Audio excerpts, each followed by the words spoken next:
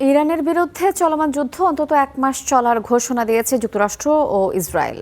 প্রথমবারের মতো এই যুদ্ধের 4টি লক্ষ্য পূরণেরও ঘোষণা দিয়েছে ট্রাম্প। শাসন ব্যবস্থা পরিবর্তনের পাশাপাশি ইরানের সামরিক সক্ষমতাকে গুঁড়িয়ে দেওয়ার ঘোষণা দিয়েছে যুক্তরাষ্ট্র। ইরানের সামরিক অভিযান শুরুর পর এটাই মার্কিন প্রেসিডেন্টের প্রথম প্রেস ব্রিফিং, যেখানে ট্রাম্প সরাসরি বললেন দীর্ঘায়িত হচ্ছে ইরান যুদ্ধ। আমরা ইরানের ক্ষেপণাস্ত্র সক্ষমতা ধ্বংস করেছি। আপনারা জানেন তারা বেশ ভালো ক্ষেপণাস্ত্র তৈরি করতে পারে। আমরা এরই মধ্যে 10টি জাহাজ ধ্বংস করেছি, তারা সমুদ্রের তলদেশে রয়েছে।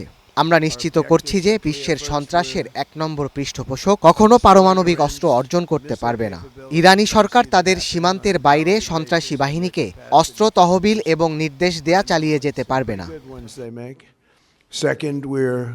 Annihilating their navy. We've knocked out already 10 ships. মোটা দাগে ইরানে হামলার 4টি উদ্দেশ্য সামনে এনেছে ট্রাম্প প্রশাসন। প্রথম লক্ষ্য ইরানের ক্ষেপণাস্ত্র সক্ষমতা ধ্বংস করা, কারণ এগুলো মধ্যপ্রাচ্যের মার্কিন ঘাঁটিতে হামলায় সক্ষম। মাঝারি পাল্লার ক্ষেপণাস্ত্র শাহাব 3-র পাল্লাও 2000 কিলোমিটার, যা এই অঞ্চলের ইউরোপ ও মার্কিন বাহিনীর জন্য ঝুঁকি তৈরি করেছে। দ্বিতীয় লক্ষ্য ইরানের নৌবাহিনীকে ধ্বংস করা, কারণ আরব উপসাগর ও হরমুজ প্রণালীতে ইরানের হুমকিকে চিরতরে দূর করতে চায় যুক্তরাষ্ট্র। তৃতীয় কারণ, ইরান যাতে কখনো পারমাণবিক অস্ত্র সক্ষমতা অর্জন করতে না পারে। ট্রাম্পের ভাষায় তেহরান বৈশ্বিক সন্ত্রাসবাদের 1 নম্বর পৃষ্ঠপোষক। চতুর্থ কারণ, মধ্যপ্রাচ্যের সশস্ত্র গ্রুপগুলোকে ইরান আর কোনো মদদ দিতে না পারে সেটি নিশ্চিত করা।